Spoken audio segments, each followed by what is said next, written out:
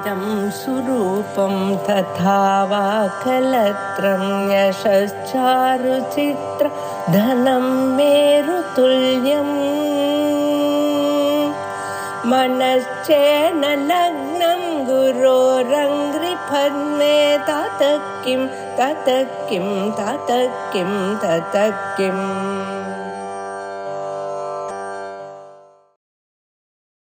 ओम सदाशिवसमारंभां शंकराचार्यमध्यमाम् अस्मदाचार्यपर्यन्तां वन्दे गुरुपरम्पराम् வாக்குண்டாம் நல்ல மனமுண்டாம் மாமலராள் நோக்குண்டாம் மேனி நுடங்காது பூக்கொண்டு துப்பார் திருமேனி தும்பிக்கையான் பாதம் தப்பாமல் சார்வார் தமக்கு.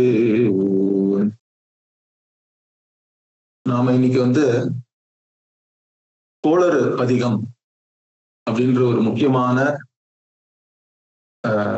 தேவார பதிகத்தை பார்க்க போறோம். இது திருஞான சம்பந்தரால எழுதப்பட்ட ஒரு பதிகம். இது 2ஆம் திருமுறைன்னு நம்ம சொல்லக்கூடிய திருமுறையில இருக்கு. இந்த கோளறு பதிகம் இந்த கிரகங்களால ஏற்படுற பாதிப்பை எல்லாம் நீக்குவதற்காக இந்த பதிகத்தை பாடுவது ரொம்ப ஒரு நம்மளுடைய பாரம்பரியத்துல இருக்கு. தமிழ்நாட்டு கோயில்கள் எல்லாம் கூட, சிவன் கோயில் எல்லாம் நம்ம போனோம்னா இந்த கோளறு பதிகத்தை அங்க கல்வெட்டாக பதிச்சு வச்சிருக்கான்.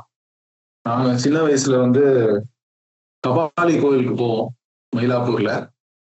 இந்த கபாலீஸ்வரர் கோயில்லையும் இந்த நவகிரகம் சுத்துற இடத்துக்கு எதிர்க்க நீங்க பாத்தீங்கன்னா இந்த கோளறு பதிகம் செவுத்திலேயே கல்வெட்டாக பதிச்சு வச்சிருப்பாங்க. நாங்க குழந்தையா இருக்கும் பொழுதே அதை படிச்சிருக்கோம் நிறைய. அந்த கோளறு பதிகம் படிக்கிறதுனாலேயே நமக்கு நிறைய நல்ல பலன்கள் விளையும், அதுல ஒன்றும் சந்தேகமே இல்லை. ஆனா எதுவுமே நம்ம அர்த்தம் தெரிஞ்சு பண்ணினோம்னா அது இன்னும் ஒரு சிறப்பு. அதுக்கு பலனும் நிறைய கிடைக்கும் அப்படின்னு நம்ம வேதத்திலேயே கூட அது சொல்லியிருக்கு.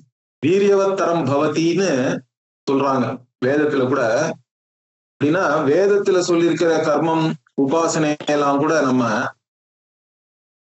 அதனுடைய அர்த்தத்தை தெரிஞ்சுட்டு பண்ணினோம்னா அது இன்னும் வீரியவத்தாக இருக்கும், அதனுடைய பலன் இன்னும் நிறைய கிடைக்கும் அப்படின்னு வேதம் சொல்றது. அதே மாதிரி சிவபுராணத்திலையும் மாணிக்க வாசகர் என்ன சொல்லியிருக்காருன்னா, சொல்லிய பாட்டின் பொருள் உணர்ந்து சொல்லுவார் செல்வர் சிவபுரத்தின் உள்ளார் சிவனடி கீழ் பல்லோரும் ஏத்த பணிந்துன்னு சொல்றாரு. அப்படின்னா நம்ம பாடுற இந்த பதிகங்கள் பாடல்கள் திருமுறையில இருக்கிற எல்லா விதமான பாட்டும் நம்ம சிவபெருமானுக்காக பக்தியோட பாடுறோம். அதை பொருளையும் தெரிஞ்சுட்டு அர்த்தத்தையும் தெரிஞ்சுட்டு நம்ம அதை சொன்னோம்னா அது நம்மள சிவன் திருவடிக்கே நம்மளை எடுத்துட்டு போயிடும், அதுல ஒன்றும் சந்தேகமே இல்லை அப்படின்னு உறுதியா சொல்றார் மாணிக்க வாசகரும். அதனால இந்த பதிகங்கள் எல்லாமே நம்ம பாராயணம் பண்ணலாம். ஆனா அர்த்தமும் தெரிஞ்சுட்டு பாராயணம் பண்ணோம்னா அதனுடைய பலன் இன்னும் வீரியமாக இருக்கும். அப்படின்றதுனால இந்த ஒரு சில நாட்கள்ல இப்ப நம்ம இந்த கோளறு பதிகமானது 11 பதிகம் இருக்கு, அதனுடைய அர்த்தத்தை தெரிஞ்சுப்போம். இப்ப நம்ம முதல் பதிகத்தை பார்க்கறதுக்கு முன்னாடி இதுல ஒரு வரலாறும் இருக்கு. எப்படி இந்த கோளறு பதிகம் வந்ததுன்றது பெரிய புராணத்திலேயே சேக்கிழார் சொல்லியிருக்கார். இந்த பாண்டிய நாட்டு அரசன் கூன் பாண்டியன், அவன் பேர் இன்றசீர் நெடுமாறன்னு பேரு.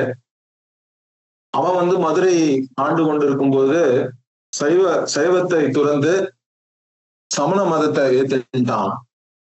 ஆனா அவனுடைய ராணி மங்கையர்க்கரசியும் அமைச்சர் குலச்சிறையார் அப்படின்றவங்களும் இவங்க 2 பேரும் சைவ மதத்தையே கைவிடாமல் அதையே ரொம்ப பக்தியோட பின்பற்றி வந்துட்டு இருந்தான்.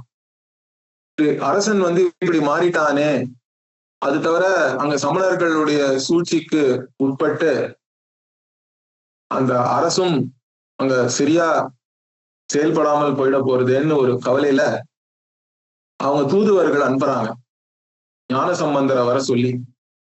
ஞானசம்பந்தர் வந்து மதுரைக்கு வந்து அரசனுக்கு நல்வழி காட்டணும் அப்படின்ற ஒரு எண்ணத்துல அவங்க தூதுவர்கள்லாம் அனுப்புறாங்க. அப்ப வந்து ஞானசம்பந்தர் வந்து திருநாவுக்கரசர் அவரோட சேர்ந்து வேதாரண்யத்துல இருக்கார். வேதாரண்யம்ன்றது திருமறை காடுன்னு சொல்றோம் தமிழ்ல. அந்த வேதாரண்யத்துல அவங்க 2 பேரும் இருக்கும்போதுதான் இந்த தூதுவர்கள்லாம் வந்து நீங்க இந்த மாதிரி மதுரைக்கு வரணும், இந்த மதுரை அரசிய வந்து உங்களை வர சொல்லியிருக்காங்க அப்படின்னு அவங்களுக்கு இந்த விண்ணப்பம் கொடுக்குறாங்க. அப்போ சம்பந்தரும் என்ன நினைக்கிறாரு, சரி நான் இப்ப மதுரைக்கு போறேன், மதுரைக்கு போய் இந்த திருநீற்றின் பெருமையும் சிவபெருமானுடைய பெருமையும் நான் வந்து அங்க எடுத்து சொல்லி மக்களுக்கெல்லாம் வந்து நல்லது செய்யணும், ராஜாவுக்கும் அந்த அரசருக்கும் மக்களுக்கும் நன்மை செய்யணும் அப்படின்னு ஒரு விருப்பத்தோட மதுரைக்கு போகலான்னு ஆயத்தப்படுறார். அப்ப அங்க அப்பர் திருநாவுக்கரசரும் இருக்கார். அதனால அவர்கிட்ட இந்த விருப்பத்தை தெரிவிக்கிறார். இந்த மாதிரி நான் இப்ப மதுரைக்கு போறேன், அங்க போய் நான் இந்த திருநீற்றின் மகிமையை வந்து பரப்புறேன் அப்படின்னு சொல்லும் பொழுது திருநாவுக்கரசருக்கு ஒரு பயம். ஏன்னா வந்து ஞானசம்பந்தர் வந்து அப்பவும் ரொம்ப ஒரு குழந்தை மாதிரி தான் இருக்கார். அப்பரோ வந்து நிறைய வயசாயிருக்கு அவருக்கு அப்போ. அதனால அவருக்கு ஒரு கவலை, இந்த குழந்தை போய் அங்க போறது மதுரைக்கு, அங்க வந்து சமணர்கள்லாம் வந்து கொடுமை பண்ணிட்டு இருக்காங்க எல்லாரையும், அவங்க ஏதாவது சூழ்ச்சி பண்ணி ஏதாவது ஞானசம்பந்தருக்கே ஏதாவது ஆயிடுமோ அப்படின்னு ஒரு பயம் அவருக்கு. அது தவிர அவர் என்ன சொல்றாருன்னா, இந்த சமயத்துல வந்து கோள்கள்லாம் சரியில்லை, கிரக நிலை சரியில்லை, நீங்க கிளம்புறேன்னு சொல்ற நாள் கூட வந்து சரியான நாள் இல்ல, கோளும் நாளும் சரியில்லை இப்போ, அதனால நீங்க இப்ப கிளம்பாத அப்படின்ற மாதிரி அப்பர் வந்து சொல்றார் ஞானசம்பந்தர் கிட்ட. உங்களுக்கு ஏதாவது தீங்கு வந்துருமே அப்படின்னு ஒரு பயத்துல சொல்றார். அப்பானா வந்து திருநாவுக்கரசர் என்ன சொல்றாருன்னா, நான் வந்து இறைவன் திருவடியே என்னுடைய மனசுல எப்பொழுதுமே வச்சு போட்டுட்டு இருக்கேன், அதனால எனக்கு எந்த கோளும் நாளும் சரியில்லைன்னா கூட எந்த தீங்கும் எனக்கு ஏற்படாது, எந்த தீங்கும் என்னை அணுகாது, என் கிட்ட கூட வராது, எனக்கு ஒன்றும் ஆகாதுன்னு சொல்லி அப்பதான் இந்த வேயுறு தோழி பங்கன்னு ஆரம்பிச்சு இந்த கோளறு பதிகத்தை பாடுறார். இந்த 11 பதிகத்தையும் அவர் பாடின உடனே அப்பருக்கும் வந்து ரொம்ப சந்தோஷமாயிடுறார். சரி நீங்க வந்து மதுரைக்கு போறதா இருந்தா நானும் வரேன்ற. ஆனா அப்போ ஞானசம்பந்தர் என்ன சொல்றாரு, இல்ல நானே போய் பாத்துக்கிறேன் பாண்டிய நாட்டுல, நீங்க சோழ நாட்டிலேயே இருங்க, நீங்க பாண்டிய நாட்டுக்கு இப்ப வர வேண்டாம்னு சொல்லிட்டு அவர் வந்து பாண்டிய மன்னனை வந்து பாக்குறதுக்காக கிளம்புறார். அப்படி போய் தான் வந்து அந்த பாண்டிய மன்னனுக்கு வெப்பு நோய் இருந்தது அப்படின்னு வரல. அந்த வெப்பு நோயும் வந்து அவன் அந்த நோய் தீர்ற மாதிரி பண்ணி திருப்பியும் அந்த மன்னனை சிவபக்தனாக ஆக்கி, அப்படி மன்னன் திருப்பியும் சைவத்தை ஏற்றுக்கொண்ட பொழுது அங்க இருந்த சமணர்களுக்கெல்லாம் அப்ப கோபம் வந்துடுது. அவங்க வந்து வாதத்துக்கு வராங்க ஞானசம்பந்தரோட. அப்பதான் வந்து அனல்வாதம் புனல்வாதம் அப்படின்லாம் நம்ம கேள்விப்பட்டிருக்கோம். அந்த அனல்வாதம் புனல்வாதம்லாம் செஞ்சு சமணர்களை வந்து வெல்றார் ஞானசம்பந்தர். இதெல்லாமும் நம்ம வந்து பெரிய புராணத்துல இருந்து நம்ம தெரிஞ்சுக்கலாம். இப்போ இந்த கோளறு பதிகத்தை நம்ம படிச்சோம்னா தினமும் இத பாராயணம் பண்ணலாம். பண்ணினோம்னா அதுக்கு நல்ல பலன் இருக்கு. எந்த விதமான கோள்களின் தீய விளைவுகள் ஏதாவது இருக்குன்னா அதெல்லாம் வந்து நமக்கு இல்லாமல் பண்ணுவது அப்படின்றது வந்து இதனுடைய முக்கியமான ஒரு பலன். ஒரு கோள் அப்படின்ற அந்த வார்த்தையை எடுத்துட்டாலே அந்த கோள் எப்படி வந்ததுன்னு பார்க்கணும். நம்ம தமிழ்ல வந்து கோள் என்ற வார்த்தையே வந்து நம்மள வந்து எது வந்து ஒரு நம்மளை ஆட்டி படைக்கின்ற ஒரு விஷயமா தான் நம்ம அதை பார்க்கிறோம். ஏன்னா கோள்ன்றது வந்து கொள்ளுதல் அப்படின்ற பொருள்ல தான் தமிழ்ல வருது. அப்படின்னா நம்மளுடைய மனசு, சொல், செயல் இது எல்லாத்தையுமே வந்து அது ஆட்டி படைக்கிறது தான். அது ஆட்கொண்டு நம் வாழ்வை அதுல ஒரு ஆதிக்கம் செலுத்துறது அப்படின்னு அது வந்து நம்மளுடைய நம்பிக்கை அந்த மாதிரி இருக்கு. அந்த மாதிரி ஒரு சக்தி அதுக்கு இருக்கிறதுனாலதான் அதை கோள்னு சொல்றோம். அப்ப அந்த கோளானது நல்லதையும் கொடுக்கும், கெட்டதையும் கொடுக்கும். அப்ப அந்த கோள்ல இருந்து வரக்கூடிய அந்த தீமைன்றது கூட அது எப்படி நம்ம புரிஞ்சுக்கணும்னா, கோளே வந்து நமக்கு நல்லது கொடுக்கறது கெட்டது கொடுக்கறதுன்றத விட நம்மளுடைய வைதிக மதமாக இருக்கட்டும், சைவ சித்தாந்தமாக இருக்கட்டும், எல்லாத்துலயுமே நம்ம வந்து கர்மா வினை பயனாக தான் சொல்றோம். நம்ம வாழ்க்கையில நடக்கிற நல்ல விஷயமாகவும் இருக்கட்டும், கெட்ட விஷயமாகவும் இருக்கட்டும், இதெல்லாம் வந்து ஒரு வினை பயனாக தான் நம்ம பார்க்கிறோம். அப்போ இந்த கோள்களினுடைய நிலையானது எதை குறிக்கிறதுனா, நமக்கு வந்து நல்ல கர்மா, நல்ல வினையானது இப்பொழுது புண்ணியம் அப்படின்னு சொல்றோம். அதுதான் புண்ணியமானது வந்து நமக்கு இப்போ ஒரு நன்மையை விளைக்குமா, இல்லட்டா நாம் செய்த பாப்பமே இப்ப நமக்கு தீமையை விளைவிக்க போறதான்றதை குறிக்கிறது தான் இந்த கோள்களினுடைய நிலை. அதனால கோளே இதை நமக்கு வந்து தீமையை விளைவிக்கிறதுன்னு நம்ம சொல்ல முடியாது. நமக்கு ஏற்படுற நன்மை தீமையானது நம்மளுடைய வினை பயனாக தான் நமக்கு ஏற்படுறது. ஆனா இப்ப நல்லது நடக்க போறதா இல்லட்டா கெட்டது நடக்க போறதான்றது நமக்கு காட்டி கொடுக்கிற ஒரு விஷயமா தான் அந்த கோள்களின் கிரக நிலைகளை நம்ம பார்க்கிறோம். அப்படி பார்க்கும் பொழுது தினமுமே நமக்கு ஏதோ நல்லதோ கெட்டதோ நடந்துட்டு தான் இருக்கு. அதுக்கு காரணம் என்னன்னா, மனுஷ ஜென்மம்னு நம்ம சொல்ற இந்த மானுட பிறவி வந்து புண்ணியம் பாபம் இது இரண்டுமே சேர்ந்து ஏற்பட்ட ஒரு ஜென்மமாக தான் நம்ம கருதுறோம். ஏன்னா வெறும் புண்ணியத்தினாலேயே ஏற்படுற ஜென்மம் வந்து தேவலோகத்துல ஏற்படுற ஜென்மமாக சொல்றோம். வெறும் பாப்பத்தினாலேயே ஏற்பட்ட ஜென்மத்தை வந்து நரகத்திலேயோ இல்லாட்டா மிருகங்கள், பட்சிகள் அந்த மாதிரி ஜென்மங்களை வந்து சொல்றோம். அது வெறும் பாபத்தை உண்டி கழிக்கிறதுக்காக சில ஜென்மங்கள் இருக்கு, புண்ணியத்தை கழிக்கிறதுக்காகவும் ஜென்மம் இருக்கு. ஆனா புண்ணியம் பாவம் இது ரெண்டும் சேர்ந்து ஏற்படுற ஜென்மமானது நம்மளுடைய மனுஷ ஜென்மம். அதனால தினமுமே நமக்கு நன்மை தீமை இதெல்லாம் நடக்கிறதுக்கு வாய்ப்பு இருக்கு. ஏன்னா அதுதான் நம்மளுடைய வினை பயன் அந்த மாதிரிதான் இருக்கு. அப்ப அதனால நம்ம தினமுமே இந்த கோளறு பதிகத்தை சொன்னோம்னா அந்த தீமையானது வராமல் நமக்கு நம்ம வந்து காக்கப்படுவோம். ஏன்னா இந்த கிரக நிலைகள் வந்து நமக்கு என்ன தீமை ஏற்படும்னு நமக்கு உணர்த்துகிறதோ அந்த தீமை கூட நமக்கு ஏற்படாமல் போவதற்கு அந்த தீமைகள்லாம் இல்லாமல் போய்விடும், நல்லதே நடக்கும் எப்பொழுதும் அப்படின்றதுதான் இதனுடைய பலன். இது வந்து இதுல இன்னொரு ஒரு சிறப்பான விஷயம் என்னன்னா, சாதாரணமா பலன் வந்து பதிகத்துலலாம் ஞான சம்பந்தரே சொல்றார். ஆனா அந்த பலன்கள்லாம் வந்து அந்த கடைசி பதிகத்துலதான் சொல்லியிருப்பார். ஒரு பதிகத்தினுடைய பலன் வந்து ஒவ்வொரு பாட்டிலையும் பலனை பத்தி சொல்ல மாட்டார். ஆனா இந்த கோளறு பதிகத்துல பாத்தீங்கன்னா ஒவ்வொரு பதிகத்திலையுமே அவர் வந்து பலனை வந்து சொல்லியிருக்கார். அதுவும் ஒரு சிறப்பு இங்க. அந்த மாதிரி இந்த கோளறு பதிகம் நம்ம எல்லாருமே தினமும் பாராயணம் பண்ண வேண்டிய ஒரு பதிகம். இப்ப அந்த முதல் பதிகத்தை நம்ம பார்க்கலாம்.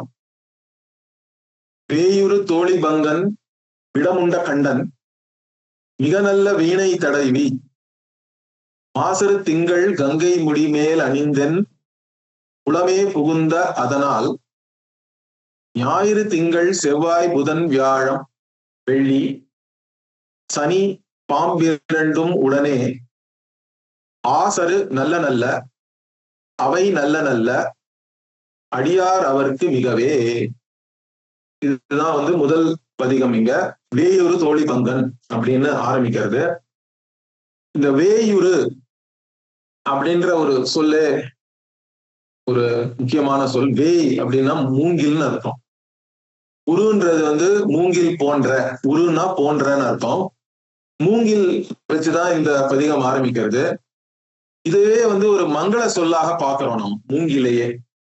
மூங்கில்ன்றது வந்து ஒரு மங்களமான ஒரு விஷயமாக தான் நம்மளுடைய சம்பிரதாயத்துல நம்ம பார்க்கிறோம். ஏன்னா மூங்கில் கொடி நாட்டுறதுலாம் கூட இருக்கு. ஏதாவது ஒரு நல்ல காரியம் நடந்தா கூட மூங்கில் நம்ம நாட்டிட்டு அப்புறம் அதை ஆரம்பிக்கிறோம்.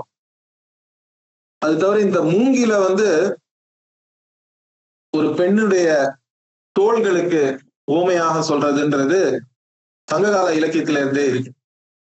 வேய்ப்புரை பனை தோள் அப்படின்னு குறுந்தொகையில கூட சொல்லியிருக்கு. அது தவிர திருவள்ளுவர் கூட இந்த மூங்கில் அத வந்து ஒரு பெண்ணுக்கு ஊமையாக சொல்றார். ஏன் இந்த மூங்கில அப்படி சொல்லப்பட்டிருக்குன்னா, மூங்கில் வந்து வழவழன்னு இருக்கு, அது ஒரு விஷயம். அது தவிர மூங்கில் என்பது வந்து பெரிய காத்தடிச்சு மழை பெஞ்சு இந்த மாதிரி எல்லாம் ஆனா கூட அது உடஞ்சு கீழே விழாது. ஏன்னா அது வளையிற தன்மையும் அதுக்கு இருக்கு. அது வளைஞ்சு கொடுத்து அப்படியே இருக்கக்கூடிய அந்த தன்மையானது மூங்கிலுக்கு இருக்கு. அதனால அந்த மூங்கில் போல தோல்னு சொல்லும் பொழுது மூங்கிலுக்கு ஒரு திடமான ஒரு இதுவும் இருக்கு, பலமும் இருக்கு. ஆனா அது தேவைப்பட்டா வளைஞ்சும் கொடுக்கும். அந்த மாதிரியான ஒரு சிறப்பு எல்லாம் வந்து மூங்கிலுக்கு இருக்கு. அது தவிர மூங்கிலுடைய நிறம் வந்து பச்சை நிற மூங்கிலும் இருக்கு. ஏன்னா நம்ம இங்க உமையவளை வந்து அவளுடைய தோலை வந்து மூங்கிலுக்கு ஒப்பிட்டு சொல்லும் பொழுது அந்த நிறமும் பச்சை நிறம் அதுவும் வந்து ஒத்து போறதுங்க. இத மாதிரி நம்ம மூங்கிலை போன்ற தோலை உடைய உமையம்மையை ஒரு பாகனாக கொண்டவன் அப்படின்றதுதான் வேயுறு தோழி பங்கன் அப்படின்னு அந்த மாதிரி ஆரம்பிக்கிறது. ஏன் வந்து இந்த மாதிரி அம்பாளோட சேர்ந்த சிவபெருமானதான் எப்பொழுதுமே திருஞான சம்பந்தர் பாடுறார். அதுக்கு காரணம் நீங்க பாத்தீங்கன்னா, ஏன்னா உமையவளுடைய பாலை குடிச்சுதான், ஞான பாலை குடிச்சுதான் அவர் இந்த மாதிரி ஒரு சிவனடியாராக அவர் ஆனதற்கு காரணமே அதுதான். குழந்தையா இருக்கும் பொழுதே அம்பாளே வந்து அவருக்கு பால் கொடுத்ததாதான் வரலாறு. அந்த அம்பாள் இல்லாமல் சிவனே கிடையாது. அர்த்தநாரீஸ்வரராக தான் நம்மளும் சிவனை எப்பொழுதுமே பார்க்கணும். இப்ப அம்மையப்பன் அப்படின்னு தான் நம்ம சொல்றோம். சம்ஸ்கிருதத்திலையும் வந்து காளிதாசர் கூட வாகர்த்தாவிவ சம்பிருத்தவ் வாகர்த்த பிரதிபத்தே ஜெகத பிதரவ் வந்தே பார்வதி பரமேஸ்வரம்னு பார்வதி பரமேஸ்வரனையும் இந்த ஜெகத்திற்கே அம்மையப்பனாதான் அவர் பார்க்கிறார், ஜெகத பிதரவ் அப்படின்னு. இப்ப அந்த அம்மையப்பன் அப்படின்னு நம்ம சொல்லும் பொழுது இந்த அம்மையும் அப்பனும் வேறு வேறு பொருள் கிடையாது, நம்ம வேற வஸ்து கிடையாது. அம்மை வேறு அப்பன் வேறுன்னு ரெண்டு காரணம் இருக்குன்னு கிடையாது. சிருஷ்டியில வேணா அப்படி இருக்கலாம். ஆனா இந்த உலகத்தையே ஒரு வஸ்துவாக எடுத்துட்டு அதுக்கு முழு முதற் காரணமாக நம்ம பார்க்கும் பொழுது பகவான் வந்து ஒரே காரணமாக தான் நம்ம பார்க்கிறோம். ஆதி பகவான் முதற்றே உலகுன்னு திருவள்ளுவர் கூட சொல்றார். அப்படி ஆதி பகவானான முழு முதற் கடவுளாக இருக்கிற சிவபெருமான் அவருக்குள்ளேயே அம்மையும் இருக்கு, அப்பனும் இருக்கிறார். ஏன் அப்படி சொல்றோம்னா, இதுதான் வந்து நம்ம இந்து தர்மமாக இருக்கட்டும், சைவமாக இருக்கட்டும், வைணவமாக இருக்கட்டும், இது எல்லாத்துக்கும் இருக்கிற சிறப்பு என்னன்னா, நம்ம வந்து இறைவனை வந்து எங்கேயோ மேல உக்காந்துட்டு இருக்கார், அவர் அங்க உட்காந்துட்டு இந்த உலகத்தை படைச்சு கீழே போட்டுட்டார், அந்த மாதிரியான ஒரு கண்ணோட்டம் நமக்கு கிடையாது. அந்த மாதிரி நம்ம பார்க்கறது இல்லை. நம்மளுடைய சித்தாந்தம் எல்லாம் என்ன சொல்றதுன்னா, இறைவன் வந்து படைப்பாளி மட்டும் இல்ல. படைப்பாளின்னு சொல்லும் பொழுது நம்ம என்ன சொல்றோம், நிமித்த காரணம்னு சொல்றோம் சம்ஸ்கிருதத்துல கூட. எப்படி ஒரு பானை இருக்குன்னா, பானையை படைத்தவன் வந்து குயவன் இருக்கான். ஆனா அந்த குயவன் வந்து படைத்த பொருளோட அவன் வர்றது கிடையாது.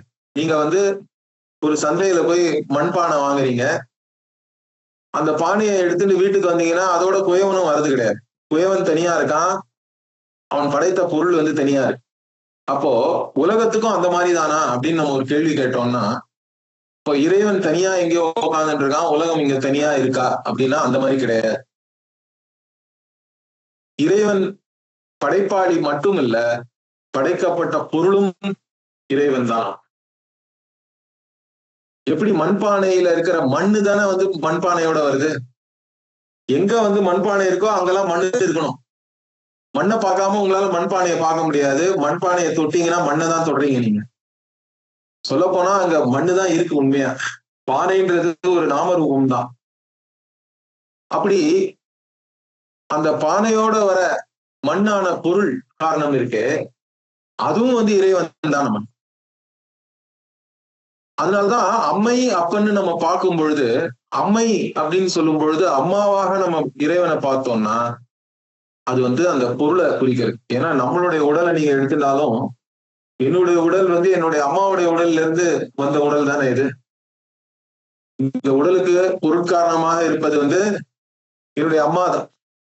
ஆனா அதுக்கு ஒரு நிமித்தமாக இருந்து இந்த உடல் உருவாவதற்கு ஒரு காரணமாக இருந்தது அப்பாவும். அப்படி பார்த்தோம்னா அந்த அப்பாவை வந்து நம்ம நிமித்த காரணமாக சொல்றோம், படைப்பாளியாக. அம்மா வந்து படைக்கப்பட்ட பொருளாக.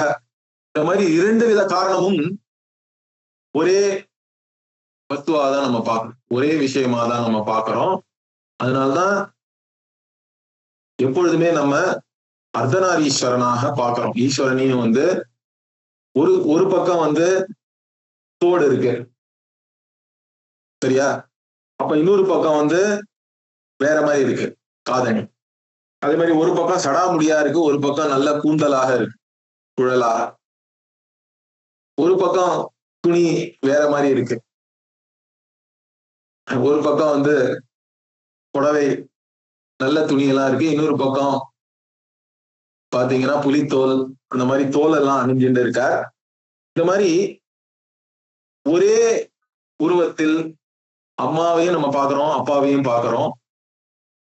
அதுக்கு அர்த்தம் என்னன்னா, நம்மளுடைய மதத்துல படைத்தவனும் அவனே, படைக்கப்பட்ட பொருளும் அவனே அப்படின்ற அந்த திருஷ்டிய நமக்கு கொடுக்கறதுக்காக தான் இத மாதிரி நம்ம பார்க்கணும். இத வந்து சம்ஸ்கிருதத்துல அபின்ன நிமித்த உபாதானம்னு சொல்றோம். ஆனா படைத்தவனும் படைக்கப்பட்ட பொருளும் வேறு இல்லை, இது ரெண்டுமே ஒரே காரணமாக தான் நமக்கு இருக்கு. இப்ப இறைவனே இந்த உலகமாக தோன்றுகிறான்னு அர்த்தம். இங்க இருக்கிற எல்லா விஷயமும் பகவான் தான், ஈஸ்வரன் தான். இதே வந்து பாத்தீங்கன்னா அதனாலதான் பஞ்சபூத ஸ்தலம்னு இருக்கு. நம்மளுடைய சித்தாந்தத்துல எல்லாமே வந்து இந்த உலகமே வந்து பஞ்சபூதத்தினால் ஏற்பட்டதுதான் அப்படின்றதுதான் நம்ம சித்தாந்தம். பஞ்சபூதம்னா என்ன? பூதம்னா இந்த இடத்துல வந்து பேய் பிசாசு பூதம்னு மாதிரி இல்ல. பூதம்னா இந்த இடத்துல ஆகாசம், வெளி, அதுதான் வந்து முதல்ல சிருஷ்டியில வருதுன்னு சொல்றோம். அதுக்கப்புறம் அதுல இருந்து வாயு வந்தது, வாயுல இருந்து அக்னி தீ வந்தது, தீயிலிருந்து ஜலம் வந்தது, நீர், அப்புறம் நீரில் இருந்து இந்த பூமி வந்தது, பிருத்திவி சொல்றோம். இந்த மாதிரி 5 பூதங்களினால் ஏற்பட்டதுதான் இந்த சிருஷ்டியே, இந்த உலகமே. இப்போ அந்த 5 பூதங்களாகவும் யார் இருக்காருன்னு பார்த்தா ஈஸ்வரன் தான் இருக்கார். ஈஸ்வரனே இந்த 5 பூதங்களாகவும் தோன்றி இந்த சிருஷ்டியாக தோன்றி இருக்கான்றதுதான் நம்மளுடைய சித்தாந்தம்.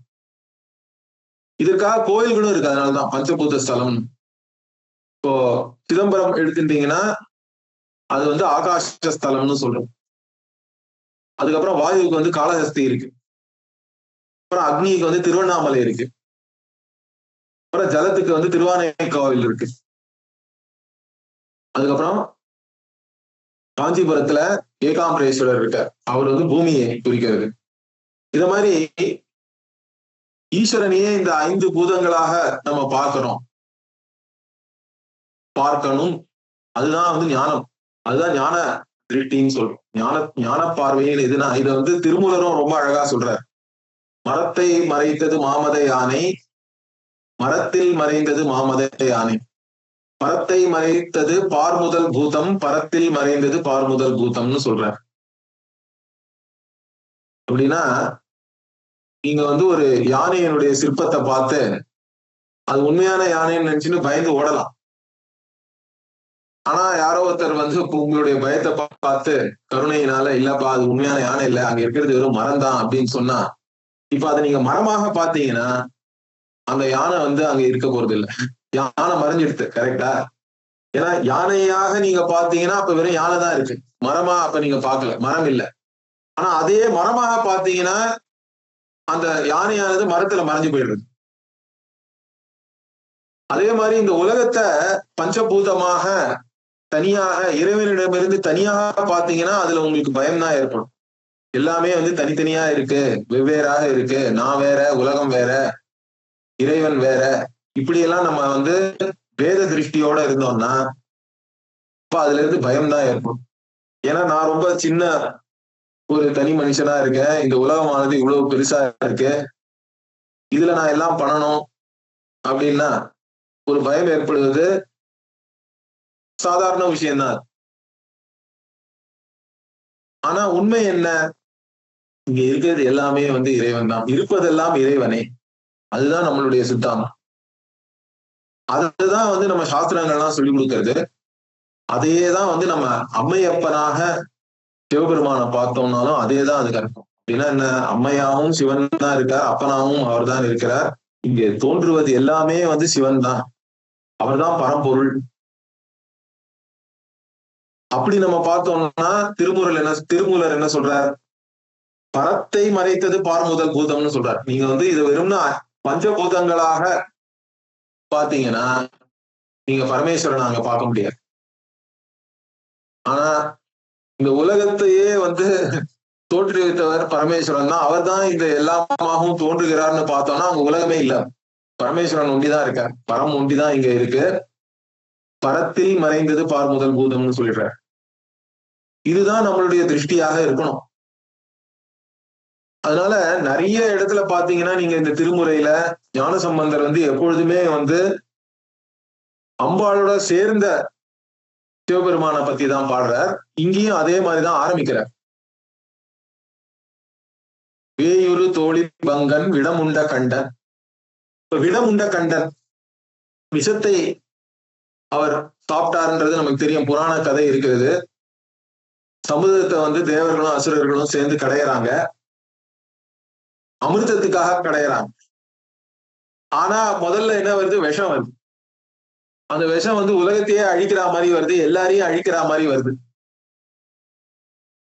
அப்ப சிவபெருமான் தன்னுடைய கருணையினால எல்லாரையும் நான் காப்பாற்றணும்னு சொல்லிட்டு அந்த விஷத்தை அவர் எடுத்துக்கிறார் அவருடைய வாய்க்குள்ள.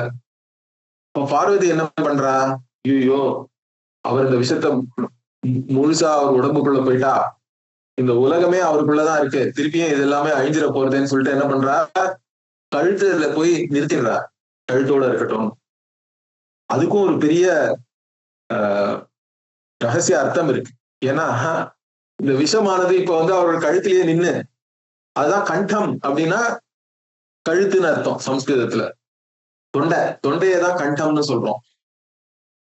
இந்த கழுத்தானது நீளமாயிருக்கு, அதனாலதான் நீலகண்டன்ற பெயரும் இருக்கு சிவனுக்கு. நீலகண்டன்ற பெயர் வந்து தமிழ்நாட்டிலேயே ரொம்ப பரவலாக ஒரு சூட்டப்படுற ஒரு பெயர்.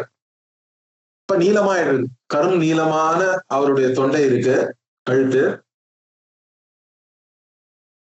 அதுக்கு என்ன நம்ம அர்த்தம் தெரிஞ்சுக்கணும்னா, எந்த நல்ல காரியம் நம்ம பண்ணினாலும் அதுல கெட்டதும் வருது சேர்ந்து.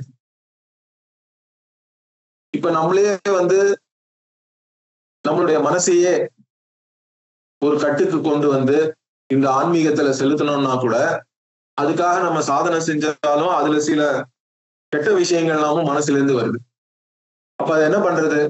ஏன்னா மனசுக்குள்ளதான் வந்து வெறுப்பு இருக்கு, கோபம் இருக்கு, துக்கம் இருக்கு, இந்த மாதிரி விஷயங்களும் இருக்கு. மனசுலதான் சந்தோஷமும் இருக்கு, சாந்தம் இருக்கு. அப்போ இந்த மாதிரியான மனசுல இருந்து நமக்கு வரக்கூடிய விஷயங்கள்லாம் கூட நம்ம உள்ளே வச்சுட்டு இருந்தாலும் அது ஒரு கஷ்டம். நம்மளுடைய துக்கம் வந்து நமக்குள்ளேயே இருந்து நம்மளையே, நம்மளுடைய கோபம் வந்து நமக்குள்ளேயே இருந்ததுனாலும் அது நம்மையே அதை அழிச்சிடும். வள்ளுவர் என்ன சொல்றாருன்னா, தன்னைத்தான் காக்கின் சினம் காக்க காவாக்கால் தன்னையே கொல்லும் சினம்ன்ற. சினம் போன்ற இந்த அழுக்காரெல்லாம் வந்து நம்ம மனசுக்குள்ளேயே வச்சுட்டு நமக்குள்ளேயே வச்சுட்டு இருந்தாலும் நம்மள அழிச்சிடும். அதையே வெளியில நம்ம கொட்டி தீர்த்தாலும் மற்றவங்களுக்கு துன்பம் ஆயிடும்.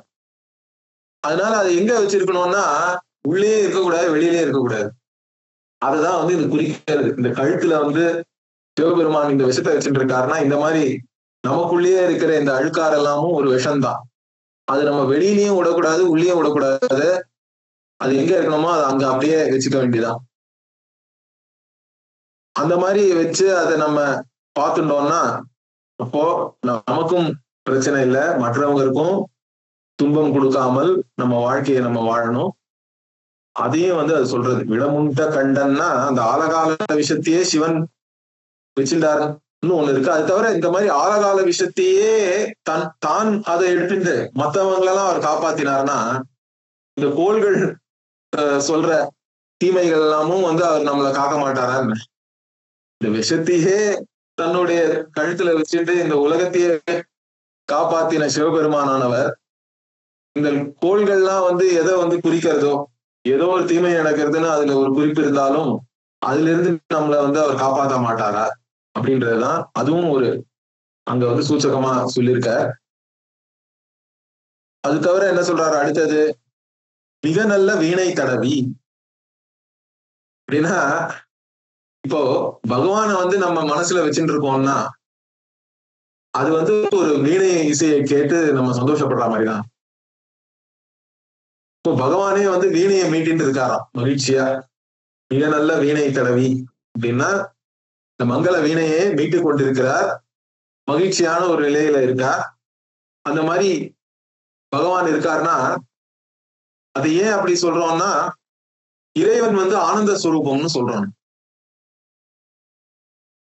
இறைவனுக்கு வந்து எந்த விதமான துன்பமும் இல்லை, எந்த விதமான வேண்டுதலும் இல்லை, வேண்டாமையும் அவருக்கு இல்லை. அதனாலதான் அவர் எப்பொழுதுமே ஆனந்தமா இருக்க. மனுஷனுக்கு வந்து துன்பம் ஏன் ஏற்படுறதுன்னா, இது வேண்டும்னு நம்ம நினைக்கிறோம்.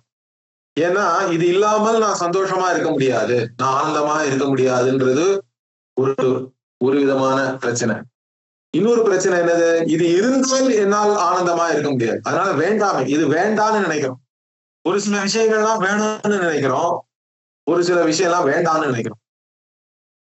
வேணுங்கிறது இருந்தாதான் நான் சந்தோஷமா இருக்க முடியும், வேண்டாதது இல்லாம இருந்தாதான் நான் சந்தோஷமா இருக்க முடியும்னா வாழ்க்கையெல்லாம் பிரச்சனையா தான் இருக்கும். ஏன்னா வேண்டியதெல்லாம் உங்களுக்கு கிடைக்குமான்னு தெரியல, வேண்டாததெல்லாம் உங்ககிட்ட இருந்து நீங்க வெளியில தள்ளி விட முடியுமான்றதும் நிச்சயம் இல்லை.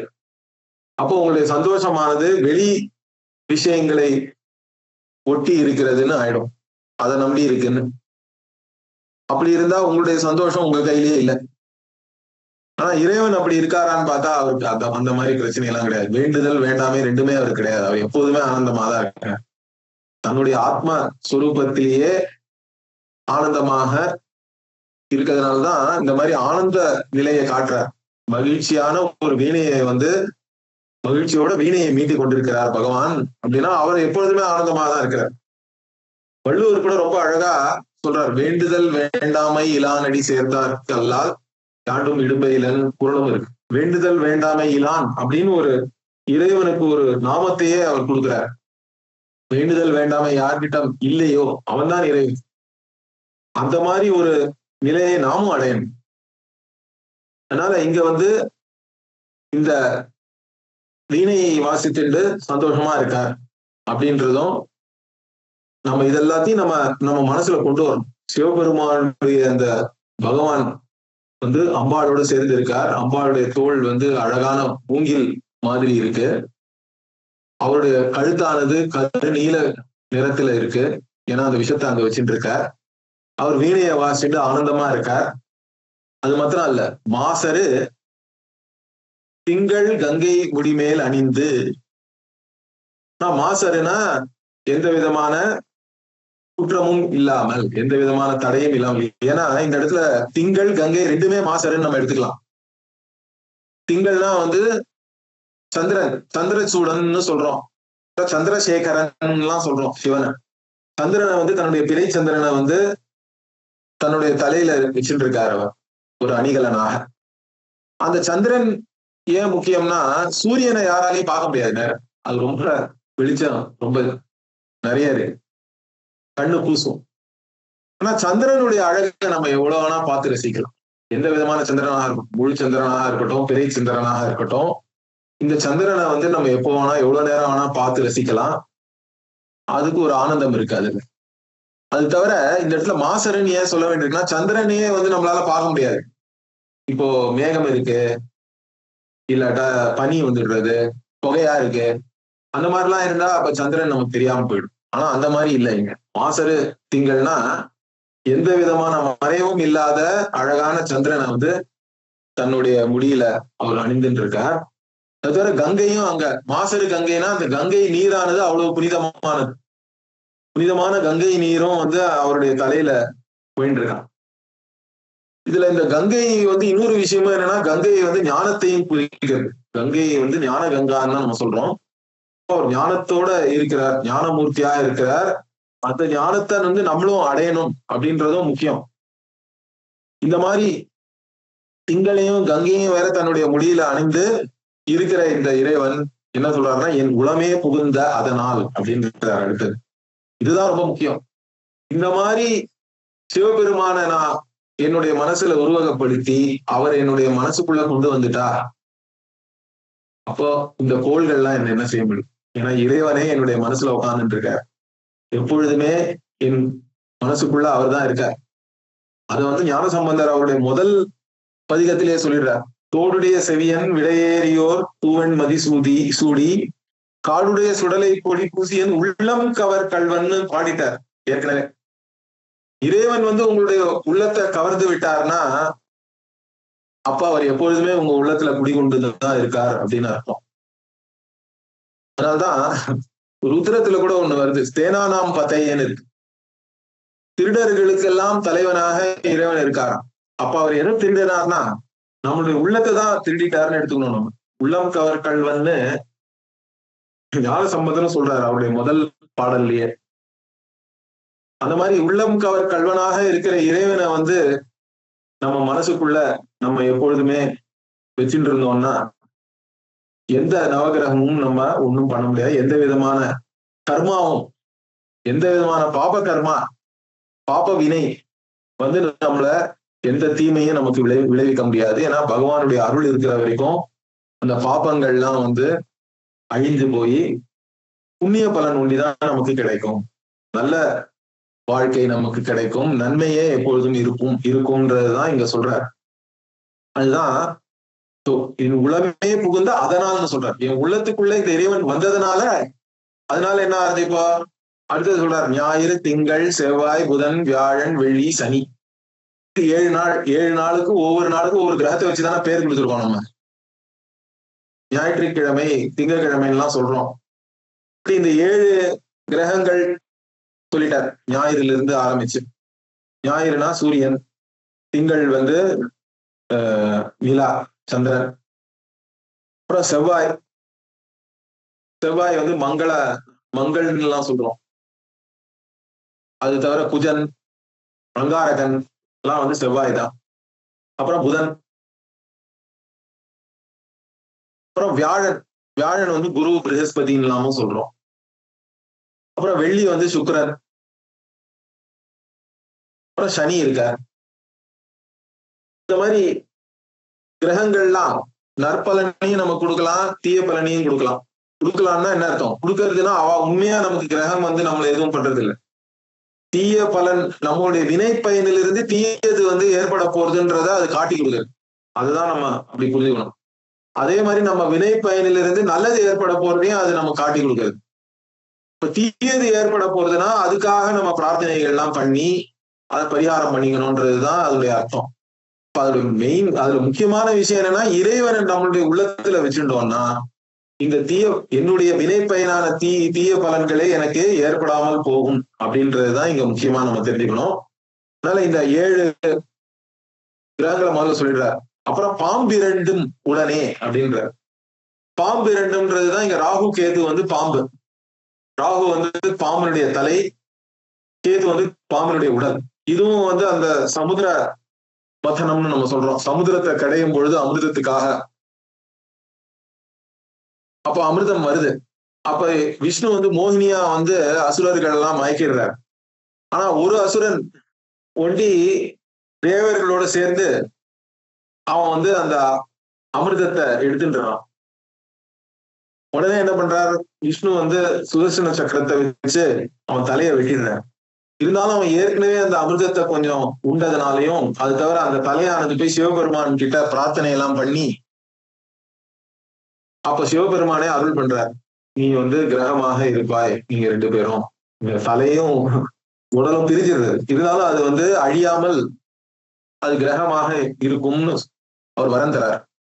இப்படிதான் ராகு கேது அப்படின்னு நம்ம சொல்றோம். அதை சாயா கிரகம்னு சொல்றோம். ஏன்னா அது வெறும் உங்களுக்கு மற்ற கிரகங்களை போல் இல்லாமல் நிழலாக இருக்கிறது. இந்த 2 கிரகமும் வெறும் நிழல் தான். அதனால்தான் கிரகணத்தின் போதுதான் வந்து ராகு கேது நம்ம பார்க்கலாம்னு சொல்றோம். மற்ற நேரத்துல பார்க்க முடியாது. ஏன்னா இது நிழலாக மட்டுமே இருக்கிறது. அது ராகு கேது இது 2 பாம்பு 2 உடனே அப்படின்னு வேற சொல்ற.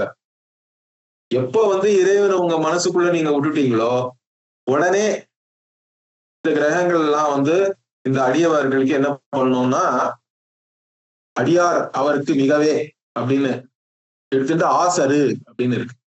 இப்ப மாசருன்னு முதல்ல சொன்னார். ஆசருவுக்கும் அதேதான் அர்த்தம். குற்றமற்ற மாசற்றன்றதுதான் அர்த்தம். ஆனா நல்ல நல்ல அப்படின்னு சொல்றார்.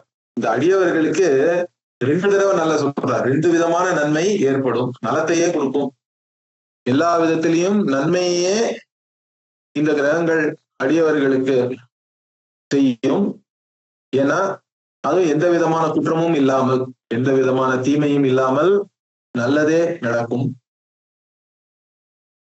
எப்போ உங்களுடைய உள்ளத்துல நீங்க சிவபெருமான இந்த மாதிரி உருவகப்படுத்தி உங்க உள்ளத்துல நீங்க பூத்திட்டீங்கன்னா, அப்ப எந்த கிரகத்தினால் கூறப்பட்ட இந்த தீய விளைவுகளும் உங்களுக்கு ஏற்படாது அப்படின்றதுதான் இந்த முதல் பதிகத்தினுடைய அர்த்தம்.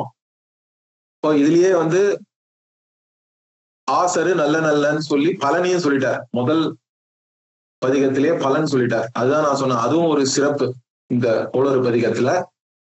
மற்ற பதிகங்களுடைய அர்த்தத்தை நம்ம அடுத்த வகுப்புல பார்ப்போம். திருச்சிற்றம்பலம்.